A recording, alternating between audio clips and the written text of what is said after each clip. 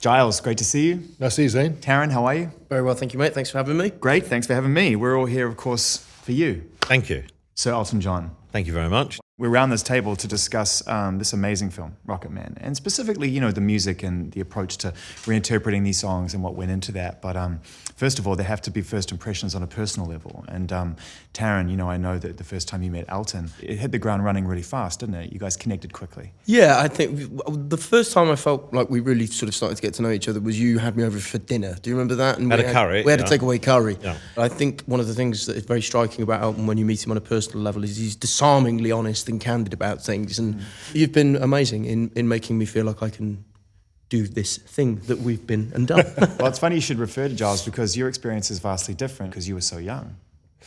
Yeah, I hung around studios with my dad more and more as I got older because I became his ears because he sadly lost his hearing and wanted to carry on working.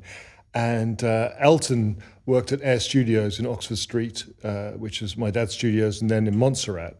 And I was this, annoying child that actually Elton was always kind to and always gave everyone time. And everyone loved him in the studios, and that's what I remember, How was that experience, doing a duet together? Because it's one thing to play Elton in the movie and to get a chance to work with Giles and work on these songs, even with the isolation of creativity, but to actually get involved in a collaboration environment. It felt like a whole other level of being a part of his legacy, I suppose. The film is one thing, but to provide vocals for an original Elton John, Bernie Taupin song, it's an amazing, amazing thing. Of course it is. Did you sing as you or did you sing as Elton?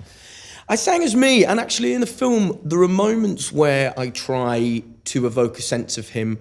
The one that springs to mind is I'm Still Standing, where I really sort of tried to create his sound as much as I can, or his inflection, and that was largely because I've done it before as me. But, the movie is, it's a heightened world, it's a fantasy world, and also, unlike a lot of biopics, we're seeing a kind of warts and all, quite behind the scenes version of Elton's life, So there isn't the research material in terms of YouTube interviews to fill in the gaps. So I fill in the gaps. It really is a very perfect balance between, like you say, there's a cold and dark, wintry side of this movie. Yeah. The childhood, the upbringing, the family life, and then there's this escapism, this desire for color and performance. And exuberance, yeah. And I wondered sort of how much of the latter was a way of coping with the former. The idea of putting on these costumes, going out on stage, being larger than life. Totally escaping from, I could be who I wasn't allowed to be on stage. I could wear what I wanted, I could do what I wanted, but then you come off stage and you'll take the costume off and you're stuck with the same person, basically.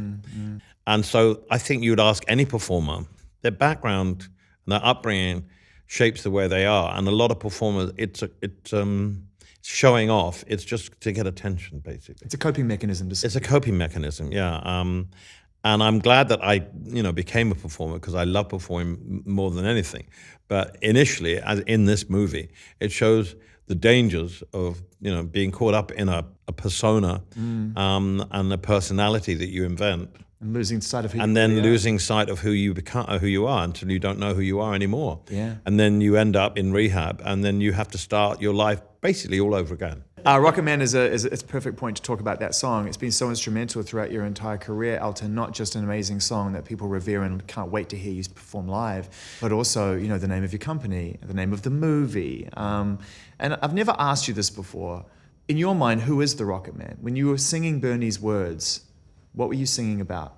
I just think the words in that song that get to me is just my job 5 days a week. It's just like this ordinary guy stuck up here and he's regretting the fact that he doesn't really want to be up here. He wants to be home. Yeah. And that, like me on stage, was like, I love it up here, but I wish I could be home, but I don't know how to be home. I don't know. I didn't have that ability to have a home life until the end of the movie, when I go to the treatment center and then come out the other side and luckily enough become a new person.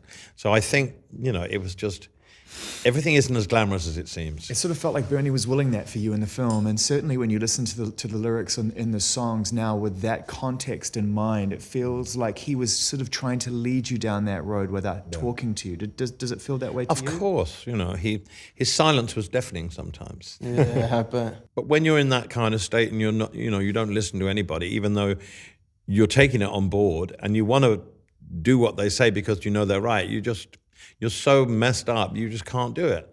And that's why we never fell out, because You knew he loved you. we both loved each other so much, and I had to let him go and write with other people, and because otherwise I would have lost him. I couldn't say, I'm Elton, you can't write with anybody else. That's just, Did you feel that way though at the time? No, I was a little bit jealous when he had hits. Yeah, I thought, oh, he's having hits with other people.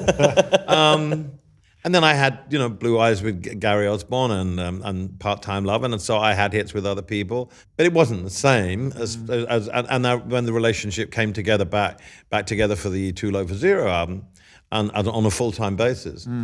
It's even though there was still a lot of craziness ahead of us, it was a reaffirmment. We belong together. Well, I wondered whether there were times when you were in the thick of it, and you get a new lyric from Bernie, and you're sort of reading it as you're about to play it, write it, set it free.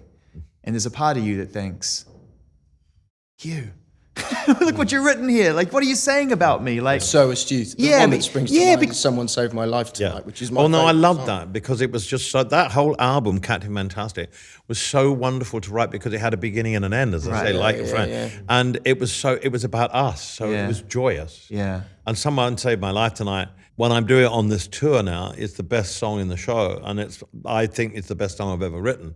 I want to ask you a question. I hope it's not too sensitive, but I love you. There is no candle in the wind in the movie, and I wonder, is that just for obvious reasons because the context has changed for you and it needs to remain where it remains?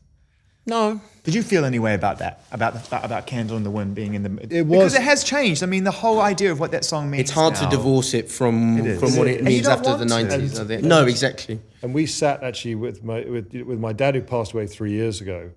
I went and turned up on a Saturday and helped him record Elton after the funeral, doing Candle in the Wind. And that was the last time we were in a studio together, apart from a few weeks ago when we did the new single.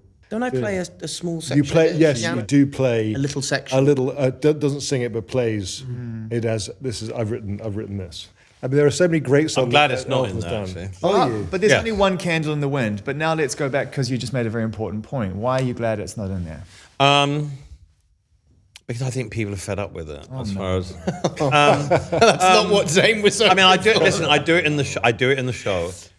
I think the songs that have been chosen in the film probably are better suited to the song. There are a lot of songs in this movie. I mean, if it's not a song that Taron's singing, it's a song that Taron sung, which you're using for background, because we found that really the heartbeat of the movie has to be Elton's music. It has to be.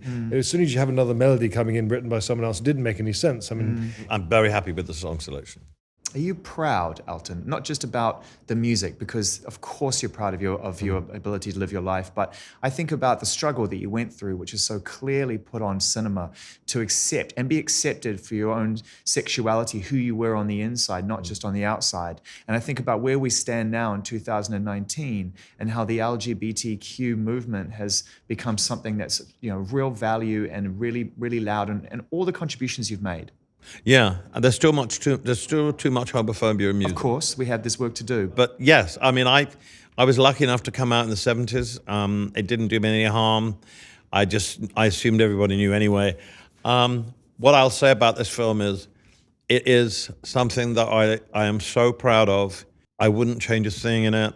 When I thought about doing a movie, is exactly how I wanted it to be. You don't often get that in life. You have an idea, and for something to come out exactly how you wanted it to be, and in fact better, because it's quite an amazing film, directing-wise, acting-wise, and there's been a lot of people involved in that. Matthew Vaughn, David Furnish, my husband, who's the producers, everyone's been fighting for their rights in the film, and Taron, the actors, Giles, everyone's wanted this film to end up like it's ended up, and everyone's been successful. It's because you're the best. Simple as that. Giles Martin, thank you. thank you, Zane. Taron, Thanks so much. Thank you. Thank you. And of course, Elton. Thank you. And we love you.